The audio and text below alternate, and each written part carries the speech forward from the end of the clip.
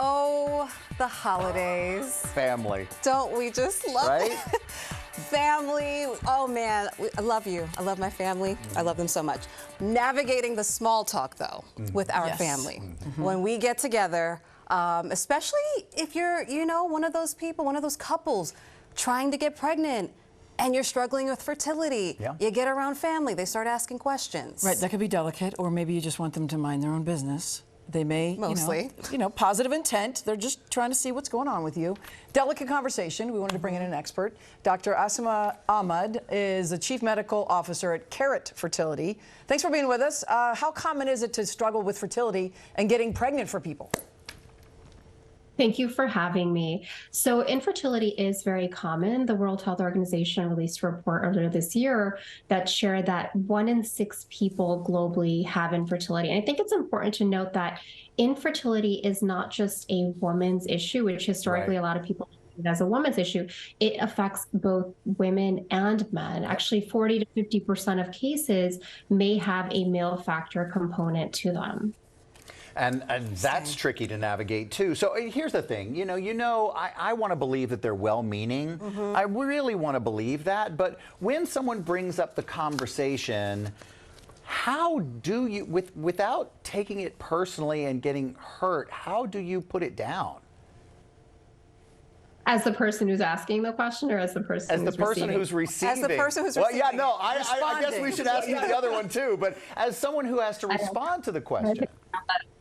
Yeah, so I think it's important to, one, understand how you feel before you're even going into that situation, because going through fertility treatment itself can be very challenging. Most people aren't just doing one treatment and then achieving their goal. They may have to go through multiple treatments before that happens. So when they're going through this, they may have feelings of, anxiety, depression, blame, guilt, isolation. So it's important to know where you're at before you walk into that situation, because if you are feeling that way and you know that you're going into an environment where these people can ask a lot of these questions, it's okay to step back and say, you know what, I'm going to choose not to be there.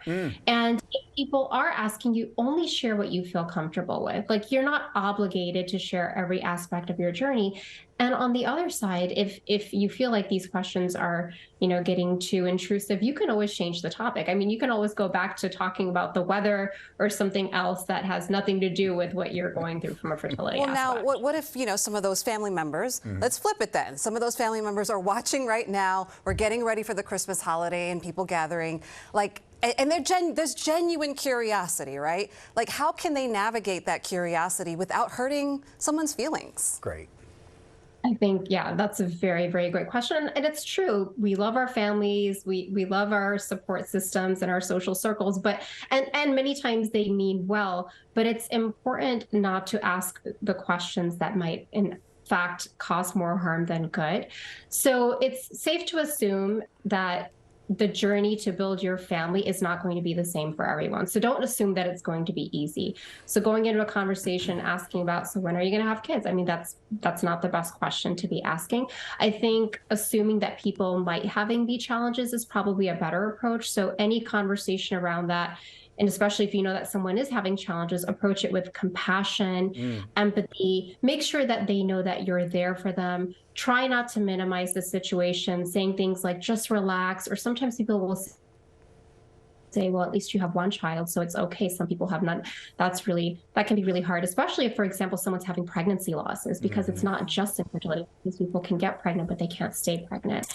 And try not to make comparisons and, again, assume how people feel, because you don't know. Everyone's journey is going to be different. Dr. Ahmad, that was great. People have no idea. So if you don't know, you gotta tread lightly. This was really good and perfect timing. Perfect timing. And if you're having issues and you feel vulnerable, you're not alone.